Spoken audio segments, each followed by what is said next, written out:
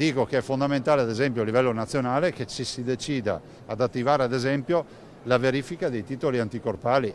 Io capisco che è un lavoro poderoso, però è altrettanto vero che ci sono persone che hanno avuto il Covid che si stanno chiedendo se vale la pena farsi una dose di vaccino oppure no.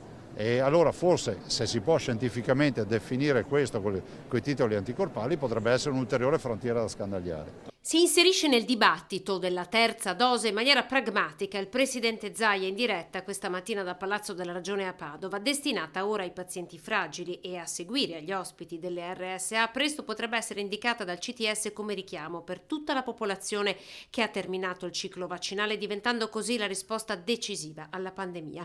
Una prospettiva verosimile che sta incontrando però non pochi detrattori anche tra i professionisti, secondo i quali la risposta immunitaria va potenziata ma non a tutti. Da qui la possibilità di intervenire solo per chi ne avesse davvero la necessità.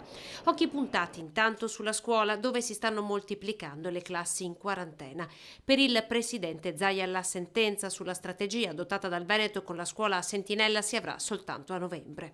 L'effetto scuola ci preoccupa giorno dopo giorno, stiamo accompagnando questo processo. Ovviamente il progetto Scuole Sentinella, ve l'ho detto anche il generale Figliuolo, del Veneto è stato adottato a livello nazionale e diciamo che la vera sfida ce la giochiamo con la scuola. Intanto, a poche settimane dall'avvio della campagna stagionale di vaccinazione con l'antinfluenzale, il presidente annuncia la piena disponibilità delle ULSS a garantire nei centri vaccinali la doppia iniezione, in modo da creare un asse con i medici di medicina generale. Si attendono però anche per questo le indicazioni del CTS. Se una persona ha deciso di fare l'antinfluenzale e un'eventuale dose di vaccino, che può essere anche la prima dose, la seconda, la terza, secondo me è corretto che se da un punto di vista scientifico non ci sono problemi, che la si faccia in contemporanea. Il Veneto è in grado? Noi siamo in grado di fare tutto questo, anche perché abbiamo organizzato una macchina vaccinale che è assolutamente in grado di rispondere a